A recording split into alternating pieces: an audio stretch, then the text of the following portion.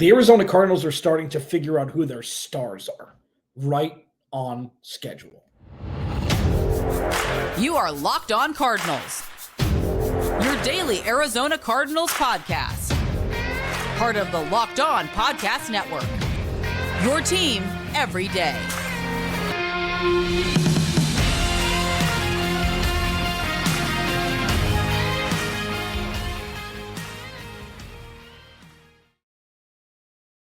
Locked On Cardinals, Alex Clancy here. Follow me on Twitter at Clancy's Corner. Follow the podcast at Locked On AZ Cards. Thank you for making Locked On Cardinals your first listen, free and available wherever you get your podcast and on YouTube, part of the Locked On Podcast Network. Your team every day. Please go to the YouTube channel, search Locked On Arizona Cardinals, hit that subscribe button, turn the notifications on so you know when you can see my big dumb face. Per usual. Everydayers, thanks for hanging out. Every day since 2017. This is your first listen. Thank you. Maybe make tomorrow your second. It's only going to get better from here. And even though the Cardinals are 3-10, it's been a pretty damn good year. And, you know, there's different definitions of what that means. But there's clarity now. There's structure now. There's direction now. And that's something that couldn't necessarily be said over the last handful of years.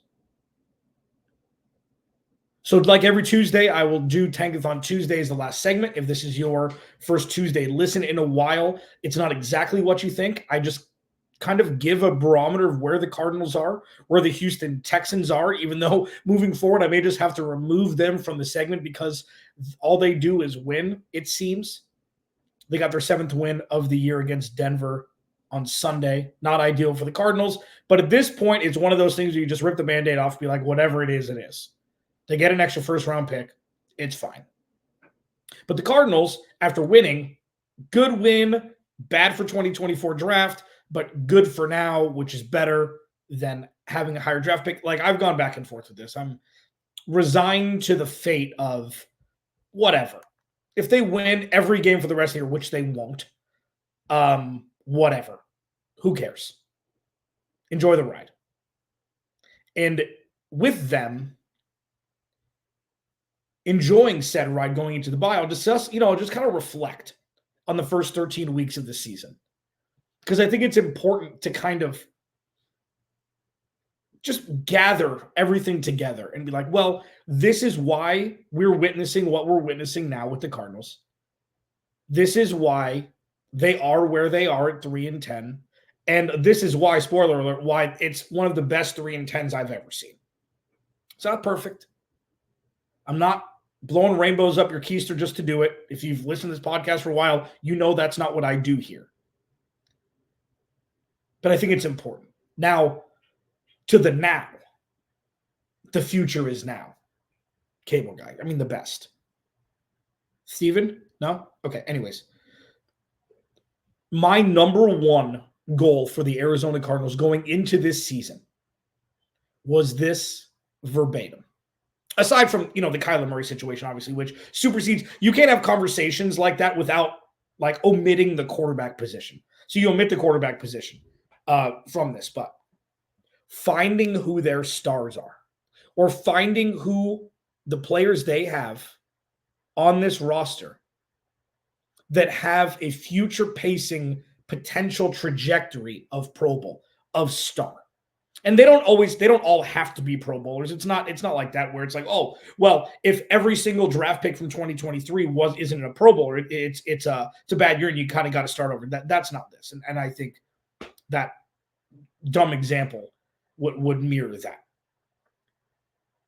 But the Cardinals are devoid of star players, save a couple. I mean, Budda Baker, Jalen Thompson's a star. He plays his role. He's a star. You don't have to be all pro to be a star. He's a star for the Cardinals. So you've got the safeties. That was obvious. We're removing Kyler Murray from this. You've got James Conner. That was kind of obvious, in my opinion. And I do think they should extend him. He's got 1 year left on his deal, but before becoming an unrestricted free agent. All I do is add another guaranteed year. There's an opt-out in 2024. I would just add a year, maybe add another dummy year or something like that to make it a little bit more cap friendly. Give him a little extra cheese and have him stay for 2024 and 2025. He'll be 31-ish. I think he'll be 30, 31 at the end of that contract, and I think that's fine. You do need to bring in running back help to complement him, maybe a 50-50, 60-40 rev share. But James Conner is an Arizona Cardinal. I think at the end of his career, people are going to be like, oh, yeah, that's right. He played for the Steelers.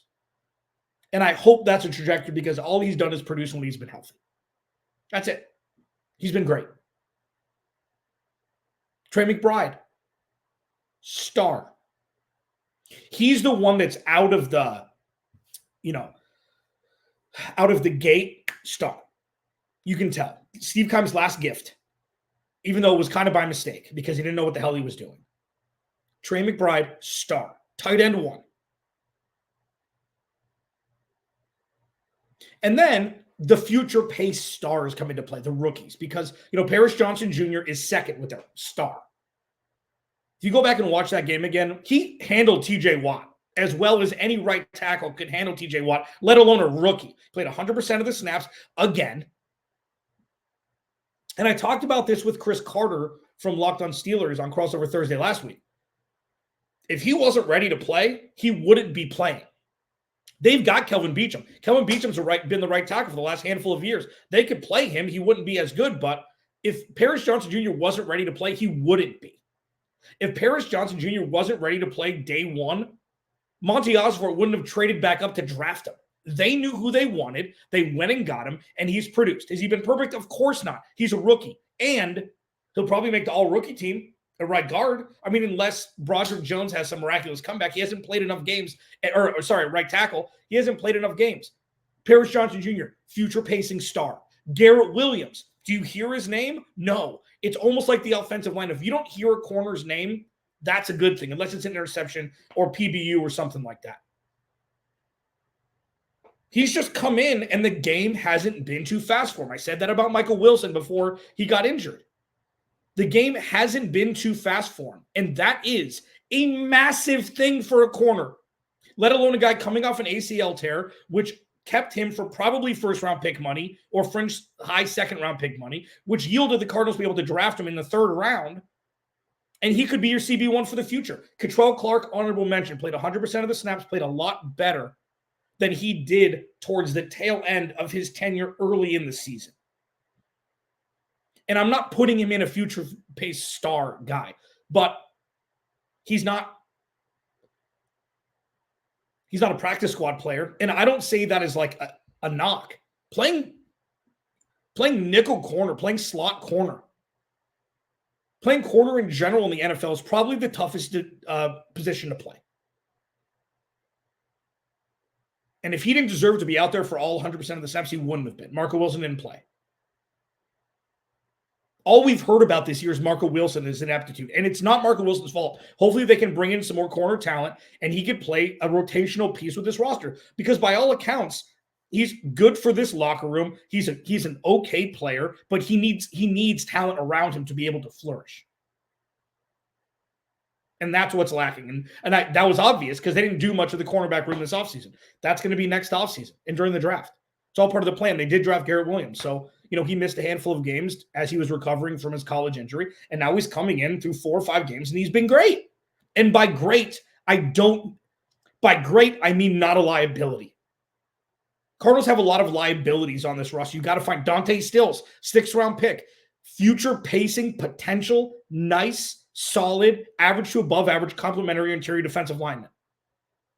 And we'll see what happens with Michael Wilson when he comes back. B.J. Ojulari, future pacing. You see what I'm saying here? Like, this is what I wanted the Cardinals to be able to do. Young players playing meaningful snaps with zero pressure on them to perform at an elite level. And that's balanced with Steve Keim drafting rookies, putting them in a position of need to be like, okay, go, without any real time when there was pressure on them because the Cardinals were expected to win in 2021 and 2020.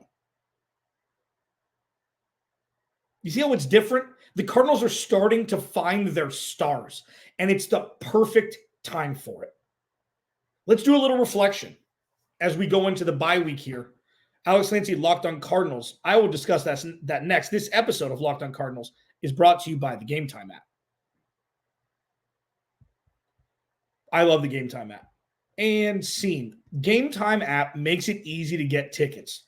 Basketball, football, hockey. I mean, baseball is going to be right around the corner. Comedy shows, concert tickets, whatever. You can buy tickets up until an hour after an event starts at some points. But the most important thing, I discuss this every time, is you can see what your vantage point will be from the seats before you buy them. It's awesome. It said, row section 206, row 25, price, click on it, and you can look and see what it's going to look like from those seats. It takes all the guessing away. It's amazing. Download the Game Time app, create an account, and use code LOCKEDONNFL for $20 off your first purchase. Terms apply. Again, create an account and redeem code LOCKEDONNFL for $20 off. Download Game Time today. Last minute tickets, lowest price, guaranteed. Locked on Cardinals, your team every day. I am Alex Clancy. Follow me on Twitter at Clancy's Corner. Follow the podcast at Locked on AZ Cards. Please continue the DMs rolling in on Twitter. I love talking with you, interacting. For those that have interacted with me on Twitter over the last, 5 years, I think it's 7 seasons now, 17, 18, 19, 20, 21, 22, 7 seasons. Thank you. Just trying to build a big family here, Those agree with me, those disagree with me, all the same. I love it. That's what sports are about. That's why this is so great. And the Cardinals are on the precipice of being one of the more exciting teams in the NFL. They're about an offseason and a draft and a training camp away. And that is wildly exciting. So let's kind of reflect here for a few minutes. I'm going to do my bi-week awards show. I'll be doing that on Wednesday or Thursday. I haven't really decided yet. Because, Cardinals don't play this week. I'm even going to do a segment or two on what you hope happens for the Cardinals with the Week 14 slate. I'll do a segment or two on that. If you have any questions, this is the perfect time to go to twitter.com, search at Clancy's Corner, and DM me. If you don't have a Twitter account, make one. It takes 2 seconds. And just DM me, ask me a question. What you want to hear this week. Maybe I'll do a Fan Friday podcast where I'll just pick 3 segments, 3 topics from segments that people want to hear about. I'm happy to do it. I'd love to. Let's reflect. Okay, so after last season, after Steve Keim and Cliff Kingsbury both got contract extensions, after unceremoniously being removed from the playoffs by the Rams, it was 24-11, 28-11, whatever it was. It wasn't good. It's like, oh no, here we go again. What is Michael Bidwell going to do? Is he going to hire Vance Joseph as the head coach? Is he going to hire Adrian Wilson as the GM, keep everything in-house? And I feel bad for Adrian Wilson. He should have gotten a GM job somewhere. Just wrong time. And, he's going to be an Arizona Cardinal forever. So he's Michael Bidwell. We're going to cast a wide net. You could see during that reintroduction press conference, it's like Michael Bidwell had a weight off his shoulders. And I don't know if that's because he's a great politician. I don't know if that's because he was happy to get rid of Steve Keim. I don't know. But right out the gate, it looked like, oh, this looks different. But fool me 100 times, shame on me at this point with this organization. Then hire Monti Ossenfort. Okay. Interesting. Has the pedigree with the Patriots, AGM with the Texans, or Tennessee Titans. And Titans, you look at their drafts, you're like, okay, well, he's got a history in scouting. He has a couple rings with the Patriots. Okay. Nobody really knows. I mean, kind of, inner circles know who he is, but, okay. Now head coach. Okay. January. Goes by. It's like, okay. DeMeco Ryans? No. I mean,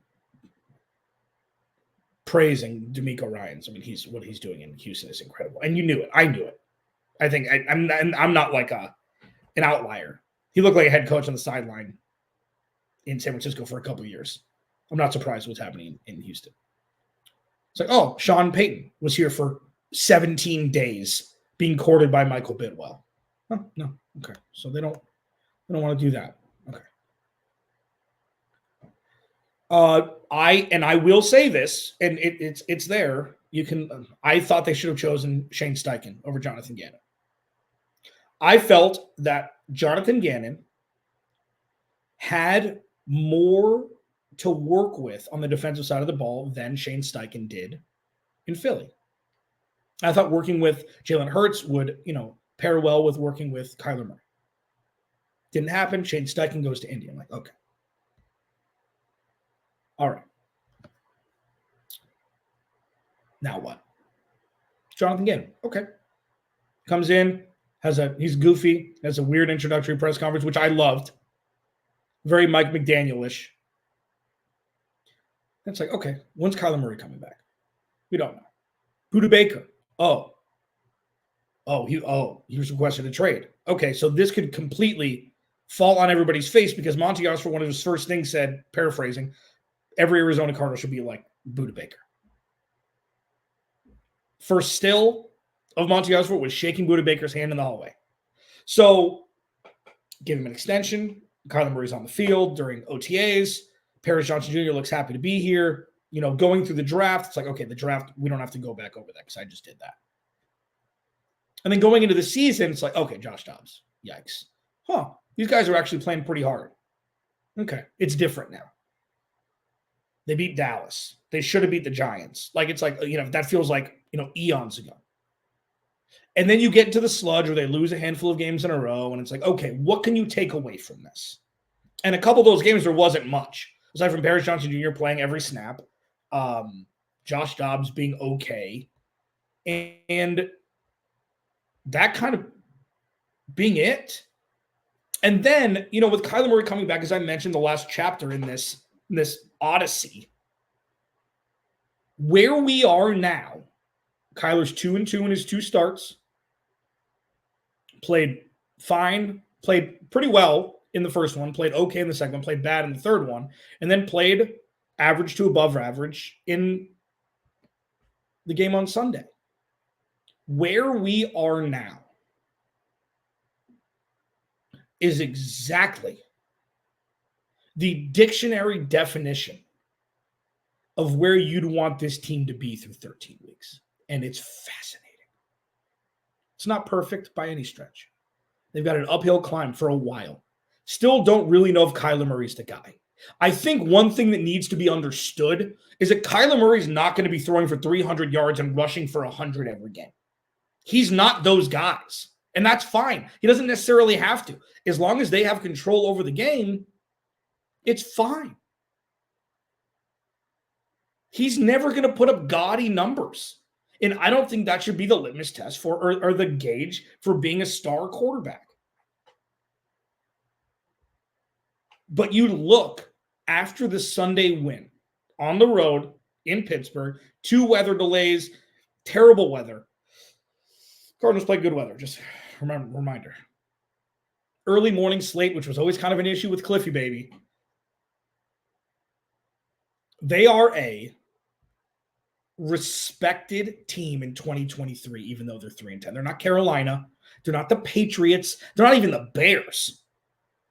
The Cardinals are getting national respect, and it doesn't matter. I mean, all the respect that matters in their locker room, but they're an adult football team with talent in the right spots, but they just need more of it. And I think that's cool. It's a lot better than them having all the talent in the world and, being 7-6 or 7-5, probably because they would have had their bye week. Because no team in the history of football ever again should have to have their bye week in week 14. Give me a break. But kind of the perspective here with how many things could have gone wrong up until this point. GM, head coach, offensive and defensive coordinator who've been great. Nick Rallis and Drew Petzing, respectively. James Conner, Trey McBride. I think we're starting to find out about Hollywood Brown. What you want to do is find out one way or the other. You don't want to have to guess. If it's good, if it's bad, it doesn't matter. This is what Monti Ossenfort is determining for the future. Who's going to be the guy? We're going to have uncomfortable conversations potentially about Zaven Collins. Everything's on the table at this point. Everything is on the table. And that is going to be so fun for the future. You deserve this as fans. The players deserve it. Media members deserve it. This is going to be one of the most exciting franchises for the next handful of years. If everything continues to go the way that it's gone. And we, right now, as viewers, have zero reason to not believe in Monti Ossenfort and Jonathan Gannon up until this point. Zero reason. I'll give you one more reason as to why as we roll on here, and then I'll dip into Tankathon Tuesday on the other side. This episode of Locked on Cardinals is brought to you by Jase Medical.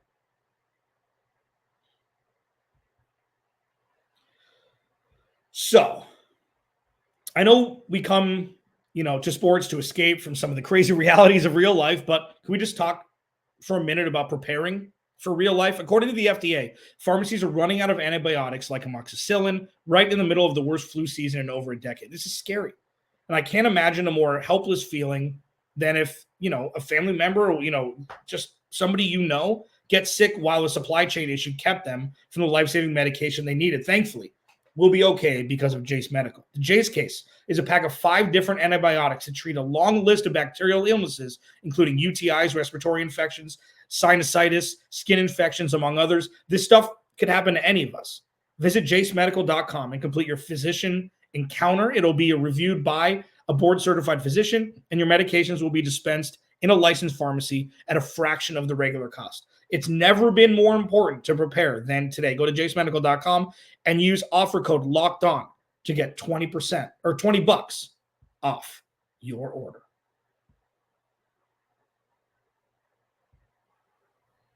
Alex Clancy, Locked on Cardinals. It's just fascinating. Like, one of the biggest takeaways from yesterday that I haven't mentioned because I was, kind of going with the flow here. With the Cardinals this year, you don't know what to expect. No, come on. I did not have the Cardinals winning on Sunday. It's like, what rational sense would that make? Even though Kenny Pickett's kind of, that defense is really good. Run game has been good. Offensive line's been good. Whatever. One thing, and this may be, what's interesting? Look at us. Look at us. This may be the biggest takeaway of the year so far. The Cardinals are adapting to when things aren't going perfectly. Cliff Kingsbury was a great coach when nothing was going wrong. When the players were performing, overcoming his sometimes poor play calling, time management, clock management, whatever, all the things that a head coach should be able to do that Cliff Kingsbury was never able to figure out in 4 seasons. They're adjusting to adversity and thriving at times. And I know they've only won 3 games. Okay. So this isn't, the Cardinals are going to, it's graded on a curve. And 2 weather delays. The weather was terrible. The floor, the water, the grass was saturated. Like, good defense on the road and a team that's on a fringe playoff team. And the Cardinals going to beat their ass.